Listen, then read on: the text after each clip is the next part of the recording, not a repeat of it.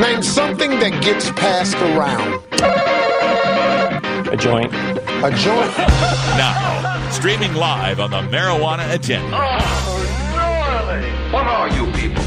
On dope? It's time for Toker Talk Radio. Hey, this is great, man. The voice of the Marijuana Nation. Marijuana is listed as a Schedule 1 drug. That is absurd. Call in now at 650-LEGAL-MJ. That's 650-534-2565. What's to keep somebody from getting all potted up on weed and then getting behind the wheel? Hey, man. Am I driving okay? Toker Talk Radio is your chance to make your voice heard in the Marijuana Nation. They're walking on their pants with their cap on backwards, listening to Enema Man and Snoopy Poop Dog. Send that message with clarity that good people don't smoke marijuana. Now let's get to Toking and Talking with your host, Russ Belville. All right. Welcome back, everybody. Time for Toker Talk Radio, and I hope you don't mind I started the safety briefing early because I'm tired. There's a nice sativa. It'll keep me up a bit. So there's a question going on in our chat room I wanted to get to. Before I do, a quick mention that I'll be playing more clips from Midnight in the Desert with Heather Wade, and I'm going to be on that show more often, apparently. She seemed to really enjoy our conversations. And what was fun about it from my perspective, because, you know, I get to talk about this 2 hours a day every day for the past 10 years. But what was fun from my perspective is getting outside of the echo chamber where I get to kind of stretch my primer chops, I guess we could call it. You know, the people out there that don't, like, you guys listen to me right now, you know the whole Schedule 1 deal. You know how insane Schedule 1 is. Some of you are using this medically, right? And you know that, hey, there's accepted medical use in the United States. But when you're talking to that outside audience, people that don't smoke pot, people don't know, to them, it's so fun for me to watch their eyes get opened, to listen to them as they're like, what? Really? Hold on. Huh? Right? Though, when I get those responses of like, well, wait a minute, wait. There's the federal government sending marijuana to 2 medical marijuana patients, and yet the federal government says there's no medical use to marijuana? Yup. And they're like, huh? And their minds just get blown. And I loved every time Heather had some variant on the saying of, you know, the deeper you go down this rabbit hole, the weirder it gets, the crazier it gets. It's like, yeah. And that's really a testament to the genius of Harry J. Anslinger and the people that wrote the Controlled Substances Act and the people that put together the treaties, is that they are a nest. They're just a whole tangle, like a root ball almost, of reefer madness and racism and over-incarceration and corporate ties and medical values and all these things that are all tied together, and it's not. And any one part of it seems so incredibly absurd that on its face, you'd think anyone that sees that would automatically, you know, the whole thing would fall apart. But it's so tightly wrapped up around all these other decisions and precedents and laws and treaties that no, that absurdity isn't legally absurd. Like the thing about, you know, there's no medically accepted use in the United States. Well, what about Colorado has medical? California has medical. Oregon has medical. They're in the United States. Yes, they are. But they are not the United States. Right? They're a political subdivision of the United States, and their opinion on things is not the opinion of the United States, legally speaking. That's our federalism, right? We have a federal government that speaks for the United States, and it says there's no medically accepted use because it looked out over its laws and saw that its laws said that marijuana was a Schedule 1 substance that can't be used by anybody. So if nobody can legally use it, then there is no accepted legal use, no accepted medical use. You got it?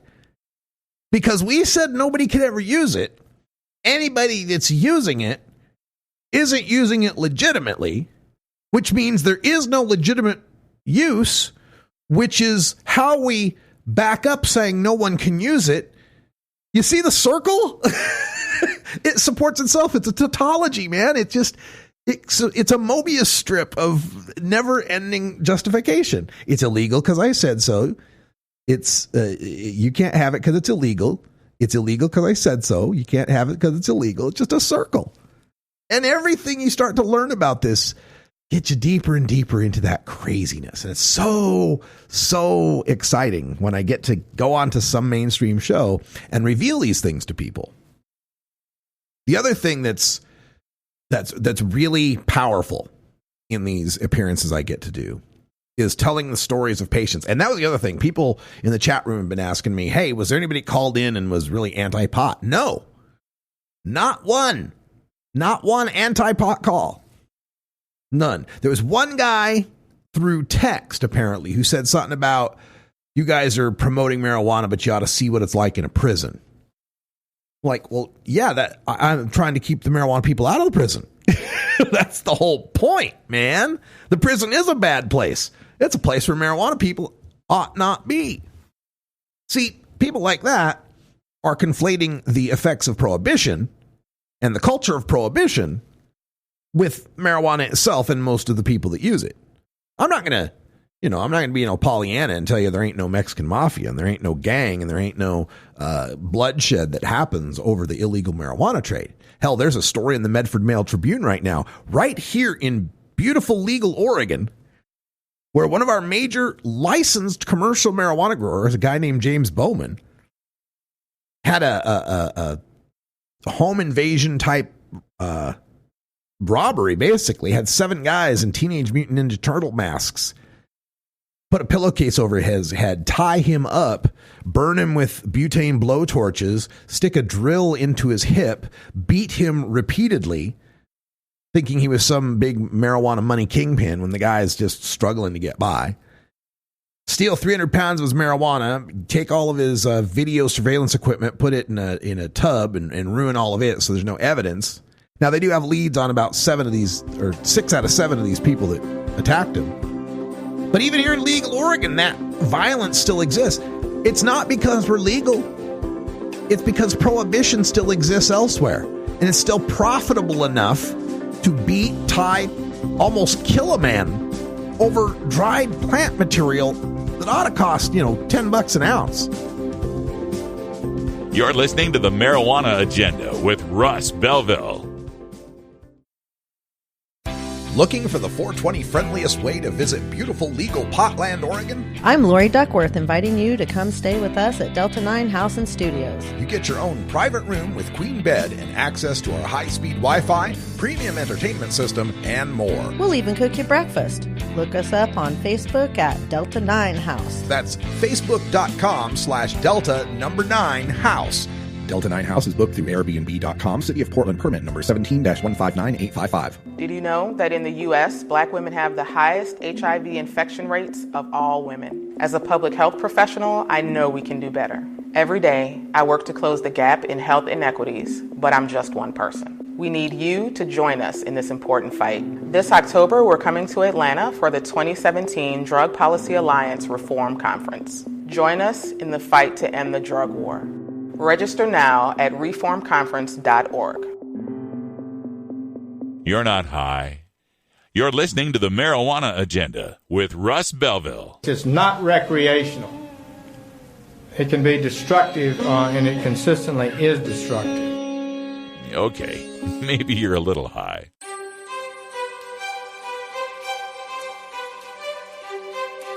I'm Russ Belville from the Marijuana Agenda. Join me every 2 weeks for the voice of the industry from the National Cannabis Industry Association. Learn more at mjagenda.com/about.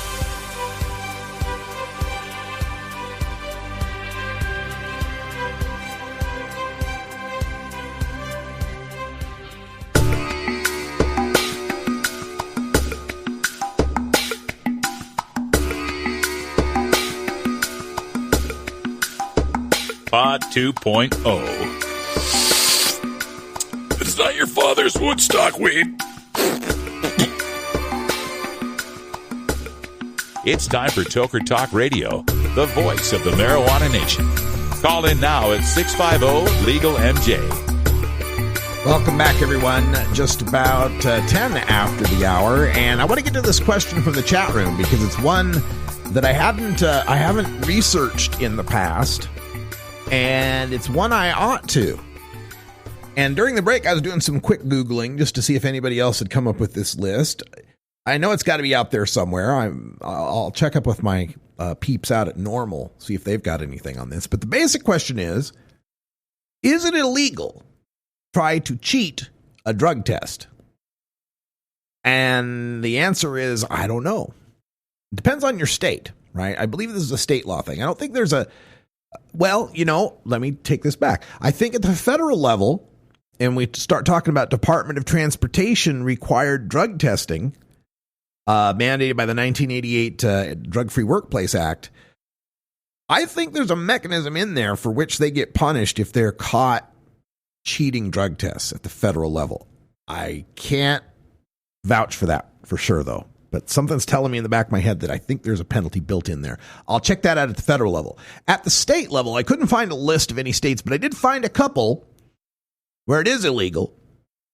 In the state of Illinois, Public Act 093-0691, it is against the law in Illinois to possess, manufacture, or sell substances that help people cheat on drug tests. This includes synthetic urine, adulterants, or devices intended to help smuggle these people in, aka the hollow fake cock. And it's also illegal to substitute or adulterate your specimen. For the purposes of this section, drug or alcohol screening tests includes urine testing, hair follicle testing, perspiration testing, saliva testing, blood testing, fingernail testing, and eye drug testing. What? Eye drug? They're testing your eyes now.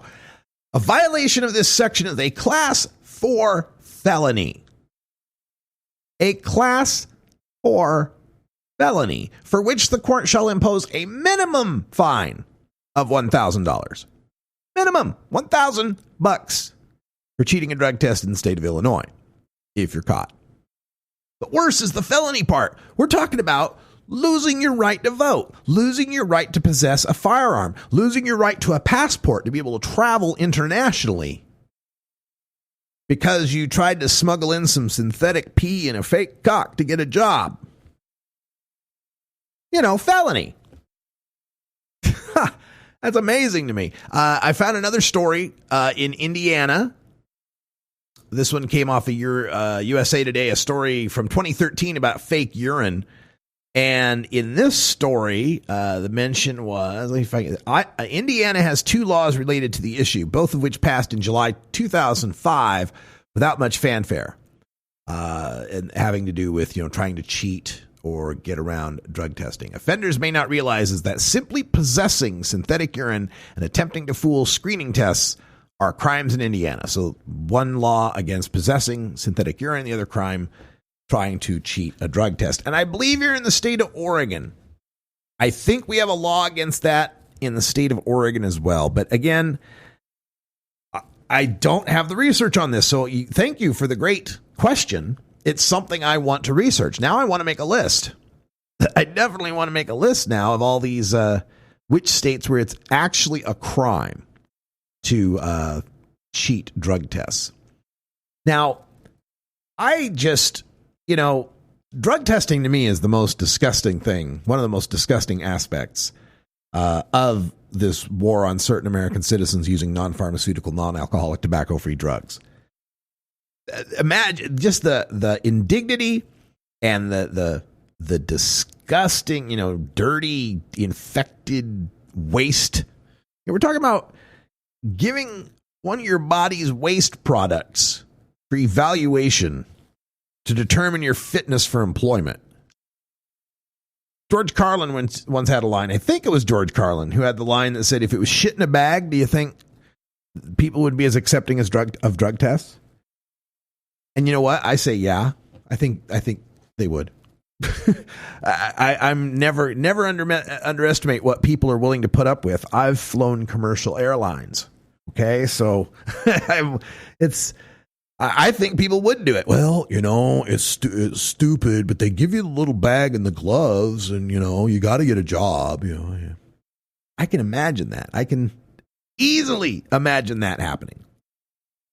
It's one of those things where it's the old frog in the boiling pot of water deal. If you turn the water heat up slowly, it doesn't recognize it's dying and ends up boiling to death. We did that with our civil liberties and our privacy, dating back to, hell, the 50s, if you really want to look at it. The minute anyone suggested that we ought to give our pee to get a job was all built on a moral panic around a railway crash in 1986, I think it was, or maybe it was 87. Anyway, bad laws coming from moral panics is pretty much par for the course here in America. I wanted to take some time again before we get to our 20 after break to talk a little bit more with Heather Wade from Midnight in the Desert. We got some more clips here where she basically started throwing, nice lobbed softballs over the plate about some common misconceptions, some common complaints about marijuana legalization, marijuana, and the people who consume it, which was also good practice in the sense of being able to frame and quickly answer in soundbite form some of these common misconceptions. 2 of those patients are still getting 8 to 9 ounces of marijuana every month. One is a woman named LV Musica. She's a friend of mine, lives here in Oregon, a woman who's battling glaucoma, who still can see after 23, 25 years, however long she's been using it. They gave her 2 years of sight left. She can still see because of cannabis. And the other is a stockbroker named Irvin Rosenfeld, who lives in Florida. I forget exactly where in Florida, but he has a congenital bone tumor kind of disorder, causes excruciating pain, smokes every day, all day. He can actually smoke on the steps of the U.S. Capitol. Nobody can arrest him because he's got that federal permit. But that's it. Those 2 people. And then the clincher is even their use doesn't count as medical use recognized in the United States for purposes of overturning Schedule 1. Wait a minute. What? I know, it's mind-blowing. The federal government is sending medical marijuana to 2 people and has been for over 3 decades, but that does not constitute accepted medical use in the United States for overturning Schedule 1. Oh, my God. It's maddening, isn't it? It is, because you know what, Russ? I guess, here I am, my naivete showing again, because I'm coming at this with logic. That's how I come at it. Uh-oh. No, that's never going to work in the drug war. I'm sorry. If marijuana is legal, what am I going to do when my little kid gets a hold of some marijuana gummy bears and passes out and dies? What do you do with your X-Lax chocolates? So like a bar of X-Lax chocolates looks like a chocolate bar to a little kid. You don't leave it laying out. You put the X-Lax chocolates, you wrap them up, you keep in the medicine cabinet, you tell the kid to stay out of it. That's the same attitude we need to have toward edibles. But I don't remember any hysteria about X-Lax chocolates ever in the history of X-Lax chocolates.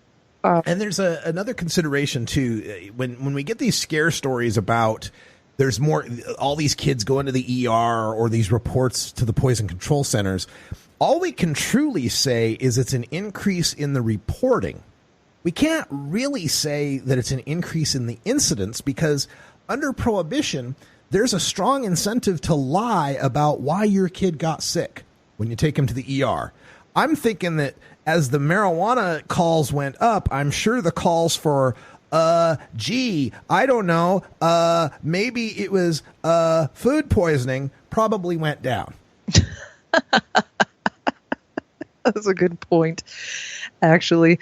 Somehow, some way with marijuana, it's all right because, well, it's kind of a thing for low-life people and slackers anyway, right? So that's a very good point because there's in our society and the way that we perceive drugs, we put alcohol in a whole different class. You have to actually tell people alcohol is a drug before they'll begrudgingly admit, oh, yeah, I suppose it is. But we have it so ingrained that we have an entirely different vocabulary.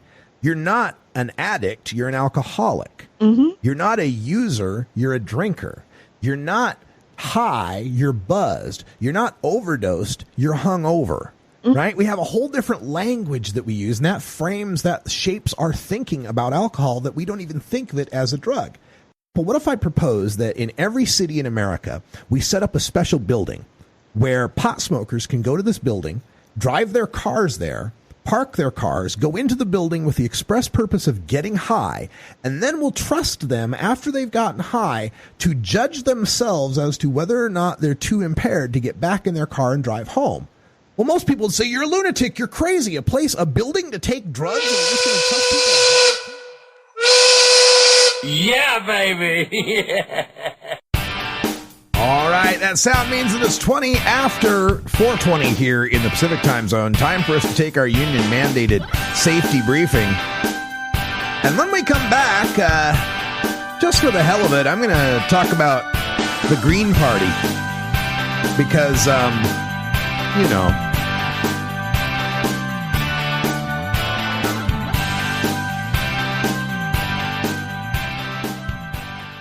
At Herbie's Cannabis Seeds, we pride ourselves on bringing you the best quality seeds from the world's most respected cannabis seed producers, all at the lowest online prices. You can find Herbie's Seeds at herbiesheadshop.com. All cannabis seeds are sold as souvenirs and as a means of preserving cannabis genetics. Herbie's Seeds in no way intends to condone, promote, or incite the use of illegal or controlled substances. We strongly urge all prospective customers to check their national laws prior to placing an order. Herbie's Seeds at herbiesheadshop.com. Proud sponsors of the Marijuana Agenda with Russ Belville. Georgia. Hi, this is Willie Nelson. Alcohol prohibition didn't work in the 1920s, and marijuana prohibition isn't working today. It's time we stopped arresting responsible marijuana smokers. It's the fair thing to do. For more information, contact NORML, the National Organization for the Reform of Marijuana Laws. Call toll-free 888-67-NORML or visit their website at norml.org. The Marijuana Agenda. Like the conservative agenda, minus the hypocrisy.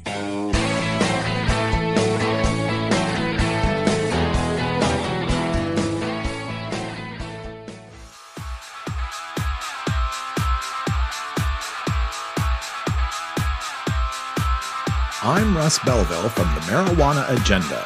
Join me every 4 weeks for Cannabis Sports Medicine from the Gridiron Cannabis Coalition.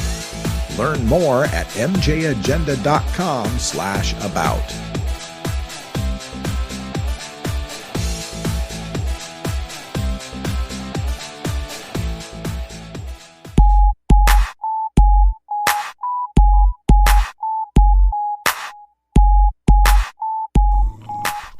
Hello, Mr. Man.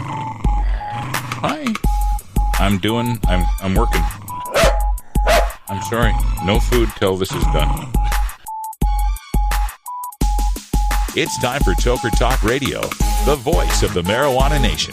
Call in now at 650-LEGAL-MJ. Hey, did you all watch the Super Bowl last February?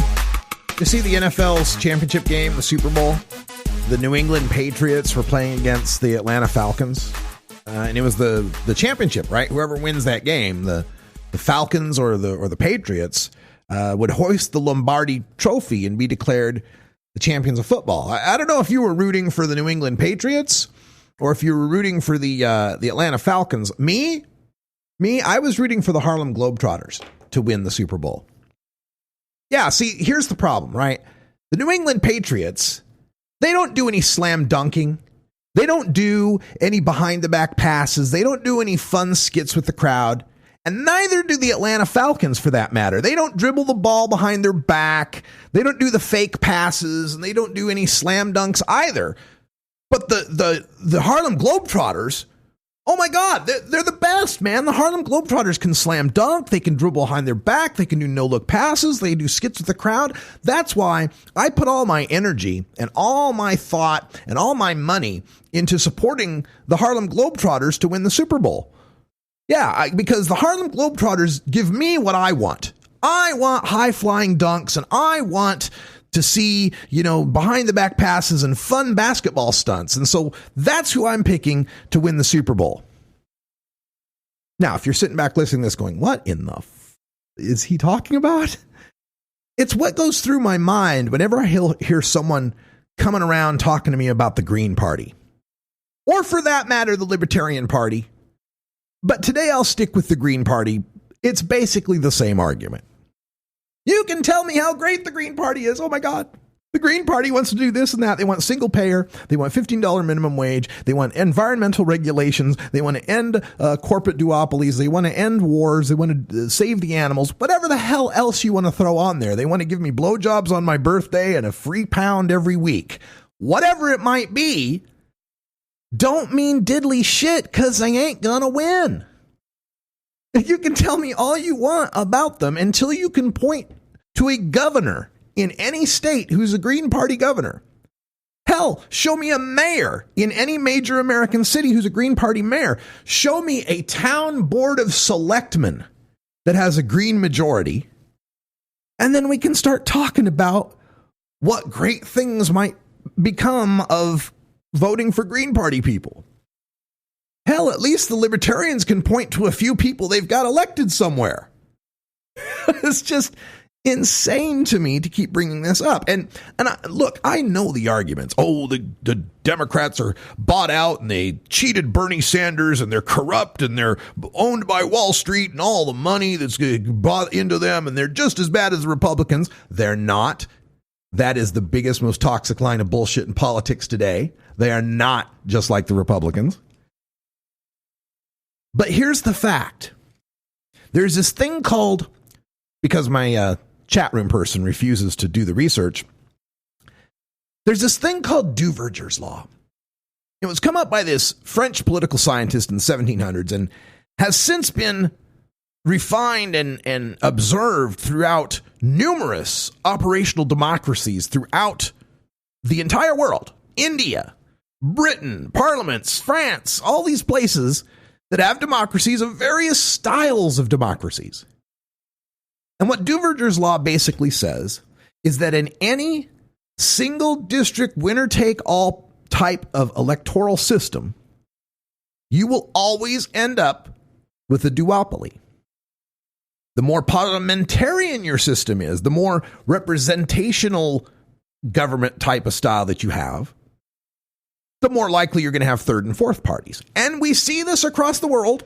We see this in Britain where there's the Tories and there's Labour, but there's also UKIP and there's also, I can't remember some of the other party names off the top of my head. Excuse me. We got the same thing in Canada. They've got two pretty major parties, but then also smaller parties that get some representation. You don't see that in America because we have the first past the post, winner take all single representative district system. And this will always create a duopoly. It's not because the corporate this and that want it to happen and they're forcing this and there's some Illuminati conspiracy behind it. It's because of math. It's because of simple game theory. If it's a winner-take-all system, there will be two parties. Now, today, they're Democrats and Republicans. Yesterday, they were Whigs and Federalists. In the future, they may be Yangs and Combs. But there'll always be two, so long as the rules of the game are the Super Bowl. As long as the rules of the game are two-party set. I mean, the rules of the game are set up in such a way, the math works in such a way that it is fruitless and hopeless to try to nurture a third party against these two duopoly parties. The only way this has ever changed is through the infiltration of one of the existing two parties. And this is what Bernie Sanders knew. This is what kills me about the Greens who come knocking on my door trying to convince me, is Bernie Sanders knew this truth. He tried to take over the Democratic Party from within.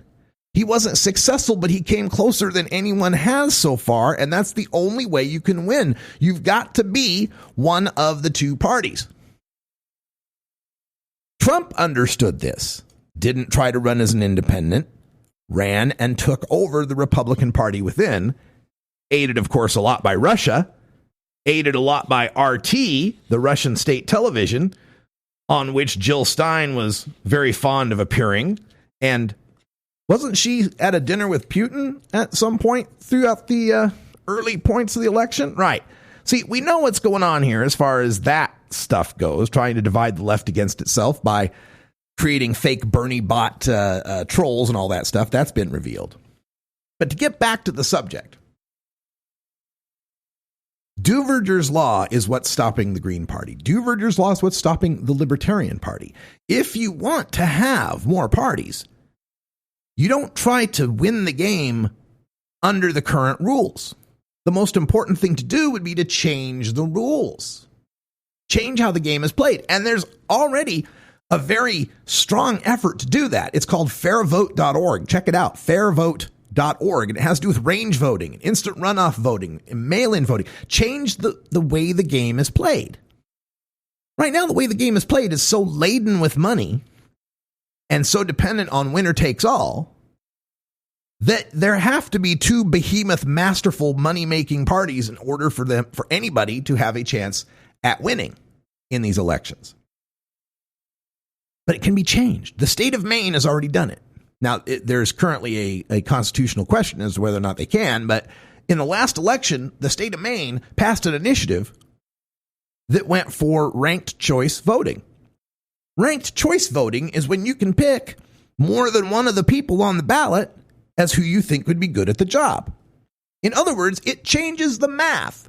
See, the math right now suffers from the spoiler effect.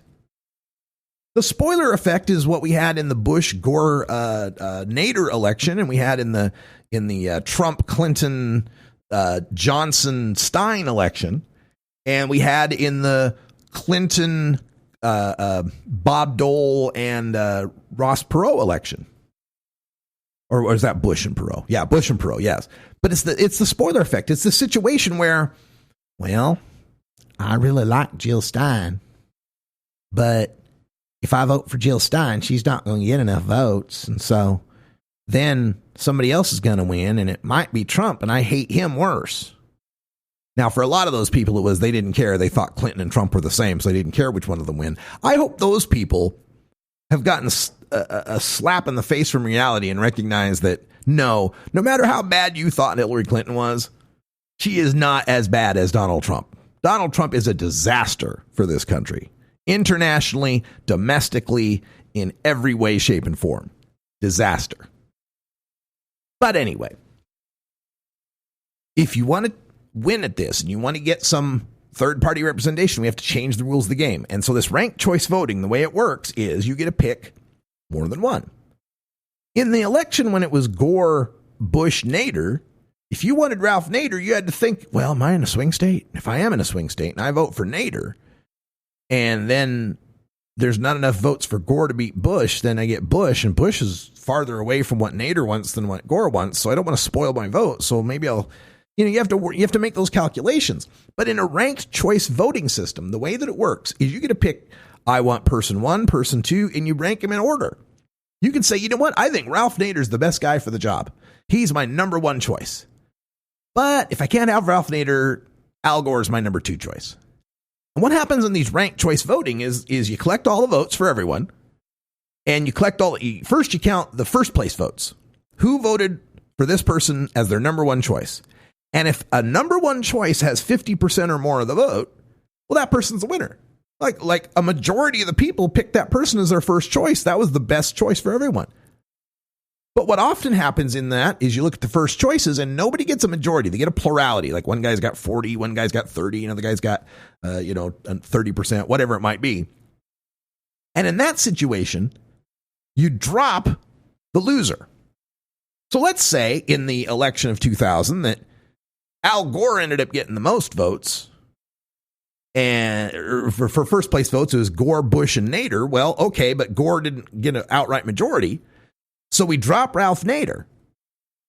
Now, collect all the second place votes for all the people that voted for Nader, who voted for him first place. Who was their second choice?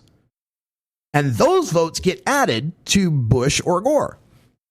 Well, since those Nader people would have more likely picked Gore as their second choice, he'd have gotten a whole lot more of the second place votes and then won that state.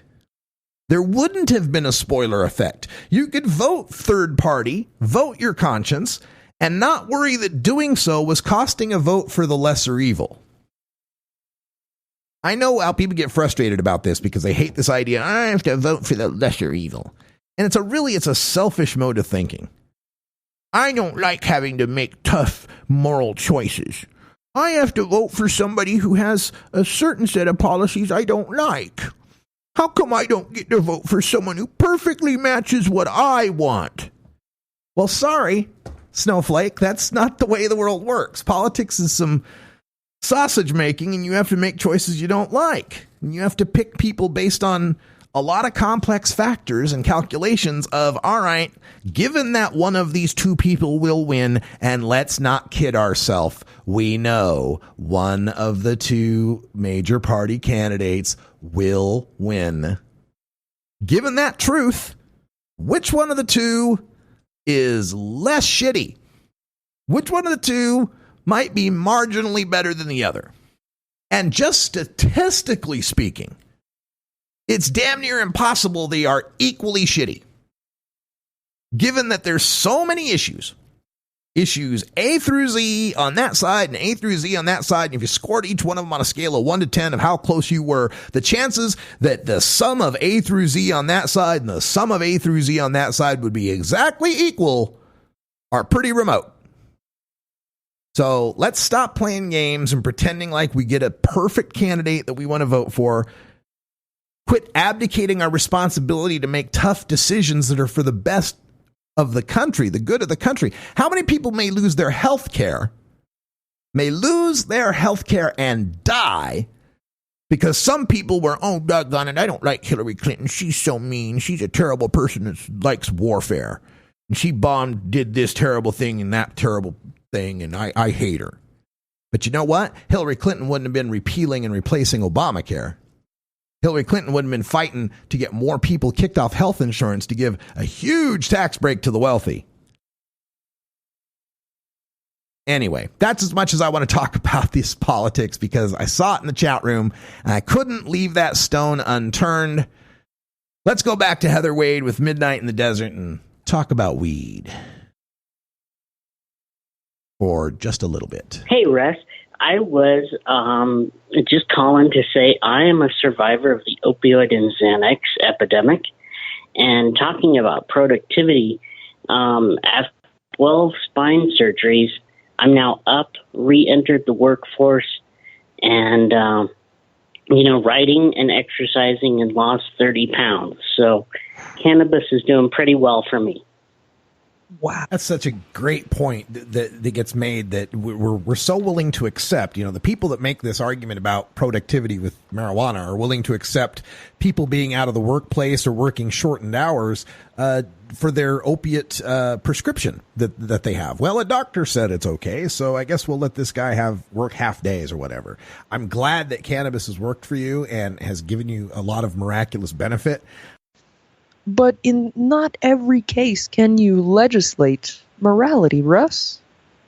In the law, they have two categories of law. They call them malum prohibitum and malum in se. And it's Latin. Malum prohibitum means something's illegal because we say it's illegal and it's just against the rules. Whereas malum in se is things that are illegal because they're just inherently wrong. Murder, rape, arson, theft. Inherently wrong. We don't need to make a rule or regulation. We all, as moral people, recognize that. But things like marijuana being illegal is not inherently wrong. It's something that's malum prohibitum. It's something that we've decided should be against the rules. But if we're going to have rules to decide whether things are right or wrong, let's have some consistency, logic, and science behind them. If we've decided as a society we're willing to accept the risks, the known risks of alcohol and tobacco being legal, then by those standards, there's no logical basis to prohibit something far safer than those substances. It makes no sense whatsoever. The marijuana agenda for me is just to be treated like a beer drinker, treated like a cigar smoker. I want a place to use my substance with my friends, like a bar. I want to be able to go to an outdoor park or a festival where there's a marijuana garden, a fenced off area where we're allowed to smoke. I want to be able to go to a store where I can purchase some. These aren't things that are asking too much, I think, because alcohol drinkers and tobacco smokers have all that. We just want equal rights. So why am I not hearing stories about people and their lives being ruined? They are out there, and you'll hear them made mostly by people who used marijuana and then moved on to something else, and then their life became difficult to manage because of an addiction to meth or heroin or whatever else it might have been. So it tells you something about marijuana that most of the people that demonize it have to bring in another drug to be able to demonize it. The marijuana itself doesn't seem to be so much the problem. But this is not to say that there aren't people out there that do develop an unhealthy relationship with marijuana. There are people that develop an unhealthy relationship with the internet, with food, with gambling, with porn, with sex, with all manner of things. So let's not make light of... Yeah, there we go. So we don't make light of the fact that this could be a bad thing for some people.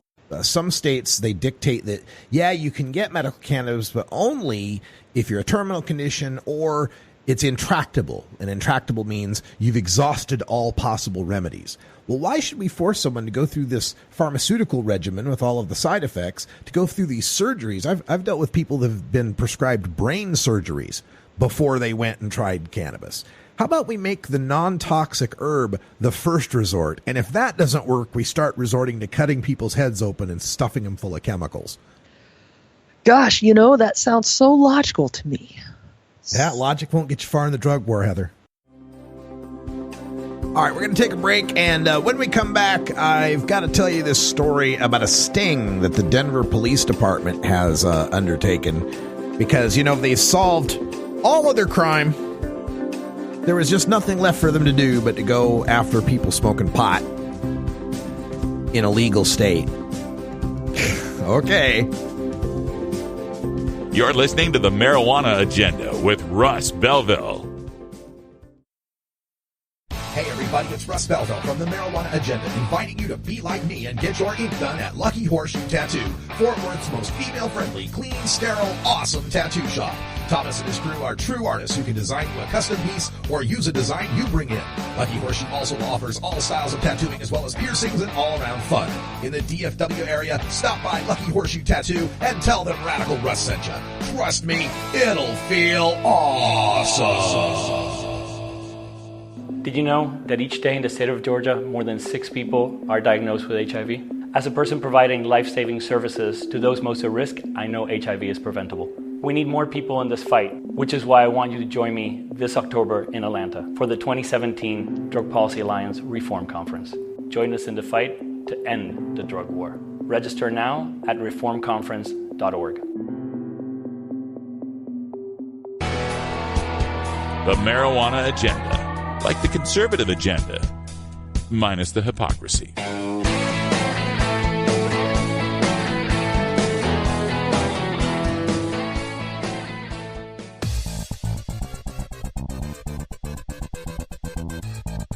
I'm Russ Belville with the Marijuana Agenda. Join me every 2 weeks for the Cannabis Minority Report from the Minority Cannabis Business Association.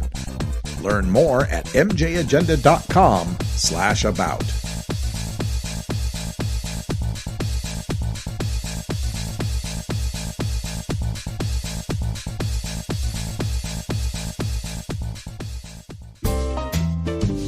I have a package here for Radical Rick.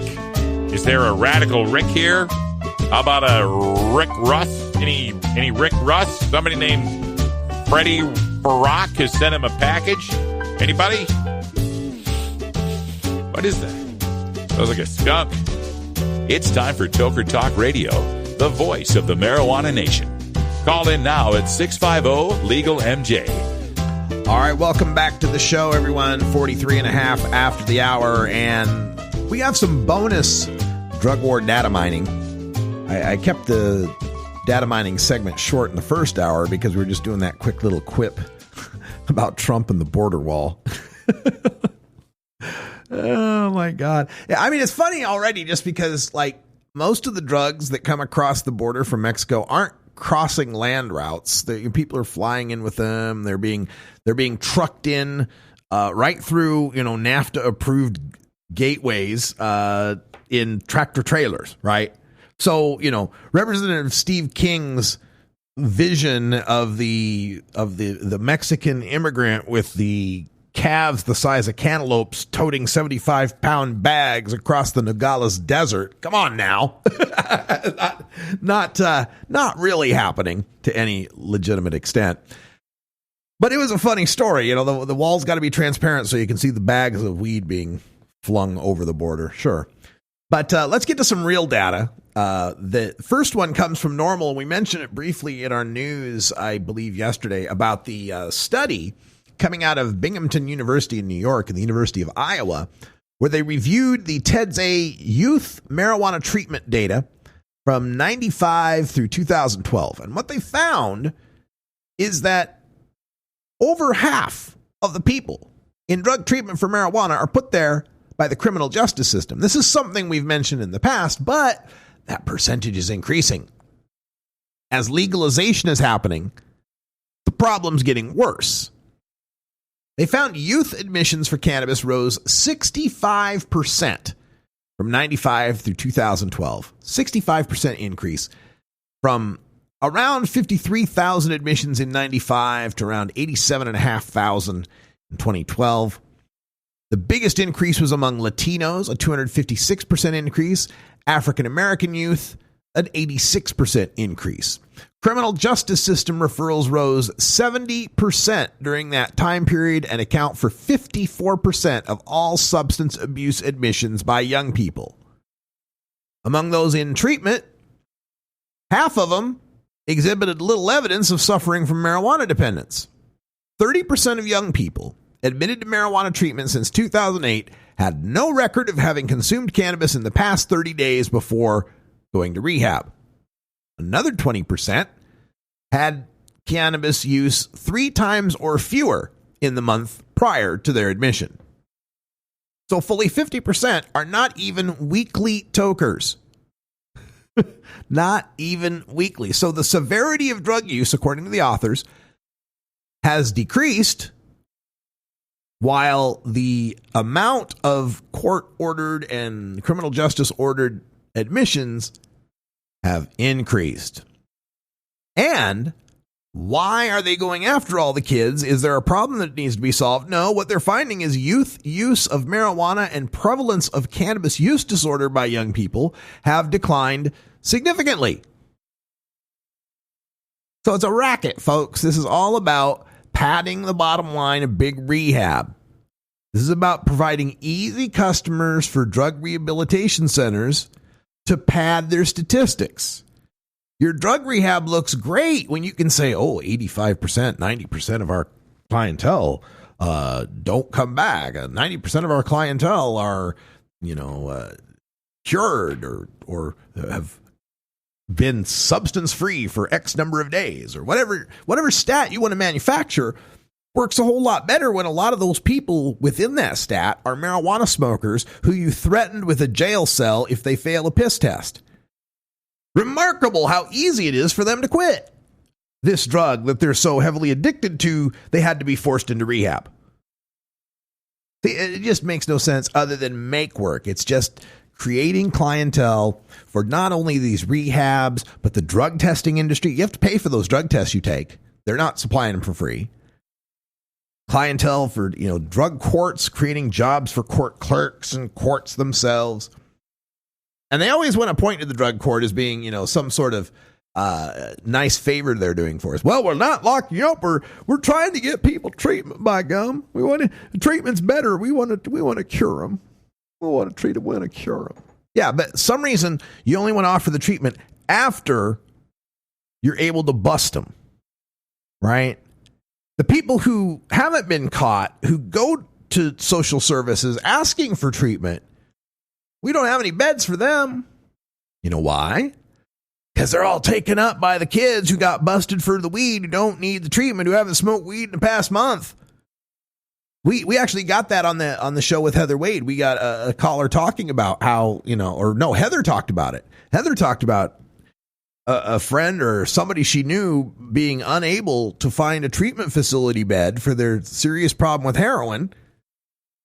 And all those beds are taken up by people doing court-ordered stints, a lot of them for marijuana.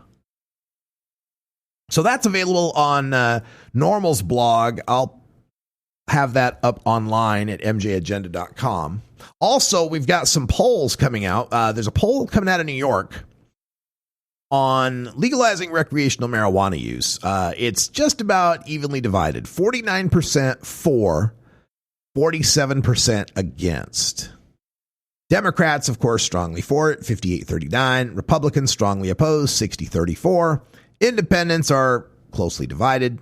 Younger voters for it, 68-28. Older voters against it, 46-39. So there you go. New York's a close one right now, but there's another poll another question on the poll about con. Now, this is an interesting thing happening in New York. The New York State Constitution has a codicil, a little-known codicil, that requires it to hold a vote every 20 years on whether or not there ought to be a constitutional convention. And this has happened on occasion. But according to this poll, 2/3 of New Yorkers have heard nothing at all about the November vote on the con. And that's pretty much unchanged for the past 2 years. But in previous polls, when they know about it, if they could see it on the ballot, they go 62-22 as far as, yes, we should have such a thing. So this will be interesting to see how New York plays out, because there is a long shot attempt in New York State to advocate for marijuana legalization through this con by, calling for there to be a state constitutional convention, and one of its planks to be legalization of marijuana. I don't know. I would work for a con on the plank of creating a state initiative process. Don't muddy the waters of the Constitutional Convention by bringing marijuana into it necessarily. Bring in, let's create a citizen initiative process for New York. You can get a lot of people for that from a lot of different groups that will be thinking to themselves, hey, then we could pass our ballot measure. Rather than dividing or singling out that, oh, the marijuana people want this, and the so-and-so people want that, and the gun people want that, and the abortion people want that, and all these different groups muddying the waters and giving people something to hate about con. Well, I'd have supported that thing, but then the gay people showed up, or then the abortion people showed up, or whatever it is that someone stereotypically might hate. Not picking favorites here. But you give it more targets to shoot down. But if con were focused on the singular focus of a constitutional convention to create a citizen initiative process, all that same disadvantage from having the disparate groups who want that convention then becomes an advantage of all those people being allied behind the idea of creating the citizen initiative. Then when you have citizen initiative power, you go after passing a marijuana amendment through citizen initiative power, marijuana initiative. And you've got multiple chances to try to do so, rather than all the eggs in one basket going for it in 2017 and off your election. Instead, it's like when the genie gives you 3 wishes, use the first wish to ask for more wishes, right? If you get this once in a 20-year chance to create a constitutional convention, use it to get yourself the power in the Constitution to modify the Constitution more often, or to create laws on your own. That's the way I'd go for that New York thing. All right, before I forget, we've got to get to this story about the Denver Police Department, because our friend Steve Burke has created the Denver Church of Cannabis, and they had a 420 ceremony, the Denver International Church of Cannabis. 3 of the founders, Steve Burke and 2 other founders, were cited for public consumption of marijuana and violating the Colorado Clean Indoor Air Act for their 420 rally after several undercover Denver police officers were able to get inside the church event that day. I guess they must have solved all the other crimes in Denver. Wow. Sorry about that. Got something started before I wanted to start. Let's kill that. Sorry. Let's say they must have solved all the other crimes in Denver to take the time to get 2 undercover officers into a cannabis church to verify that, oh my God, in it, they were actually smoking. Jeez. All right, let's wind things up with my final statements to Heather Wade on the Midnight in the Desert program. I have to stay on the illegitimate side. Wow. And this is what the drug war is doing for us, right? And it's just one story, if I could tell, that's just happened this last week that just kind of gives you an idea, because we didn't really get too much into the aspect of child protective services and what one of the discussions is, what about the children? We want to save the children. Yes. Well, if we care about the children, we shouldn't be breaking up their families over marijuana. I had to interview a fellow by the name of Michael Brooks, who's living in Tennessee.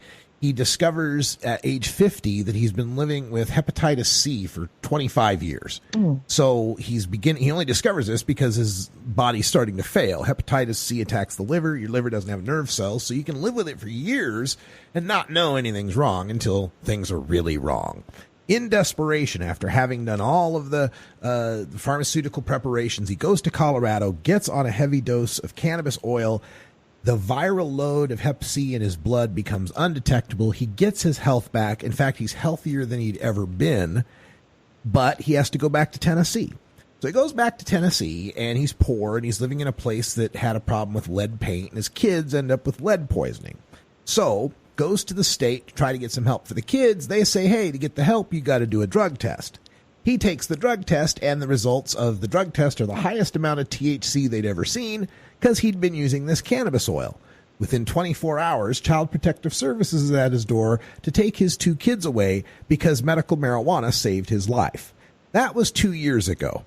This man had been seeing his children for 2 hours every 2 weeks on visitation, and to get that visitation had to give up the cannabis oil, of course, because they drug test him. So the Hep C comes back. He's devastated. His viral load is spiked. His body is failing. He's heading toward his deathbed. And 3 months ago, they cut off his 2-hour visitations every 2 weeks because the kids were becoming too distraught. His 2-year-old and 4-year-old were too distraught every time Daddy had to go away after their next visit, so they just stopped giving him visitation.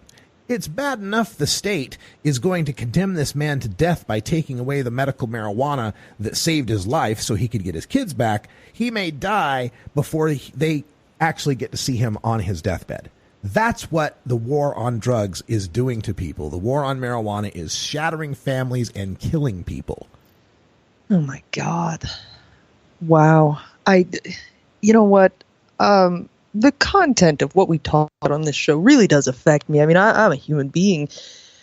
Someone needed a liver transplant, but when marijuana was found in their system, well, now they're not allowed to have a new liver. That was the one of the stories that broke as I got into this career was the story of Tim Guerin, a musician in Seattle, Washington, who needed a liver transplant. He was in excruciating pain, so his doctor in Washington State says, use medical marijuana. The parts of the pain is because these pain pills are killing your liver, and your liver's dying already. We got to get you off the pain pills, put you on medical marijuana, because that doesn't harm your liver.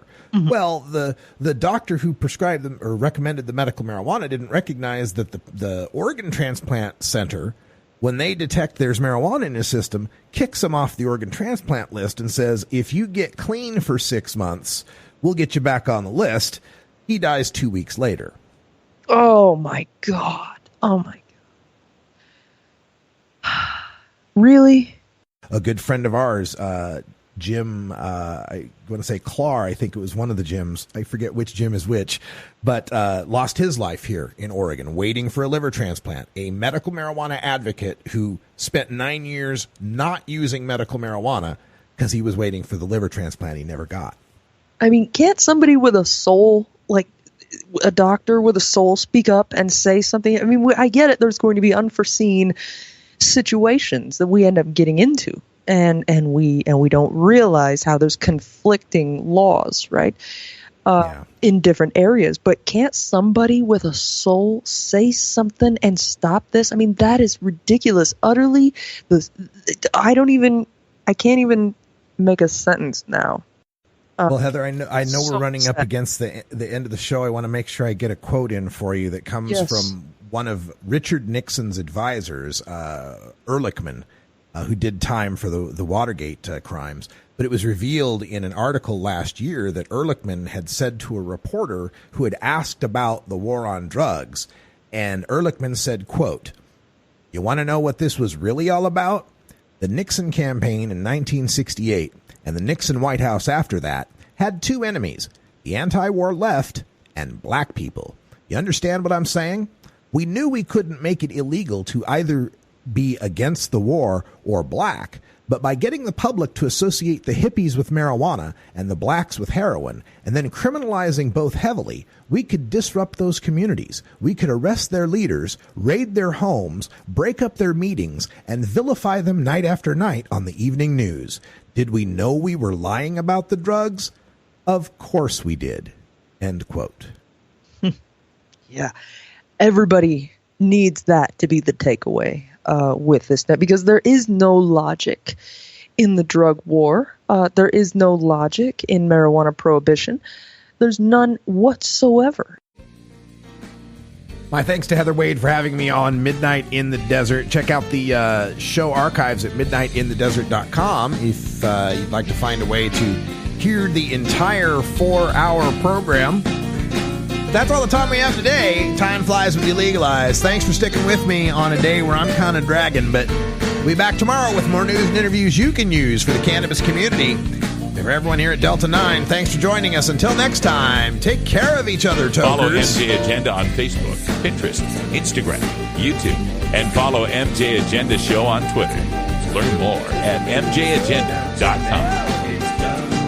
You take a seed, you plant it, you grow it, you dry it, you roll it, you smoke it. You take a seed, you plant it, you grow it, you dry it, you roll it,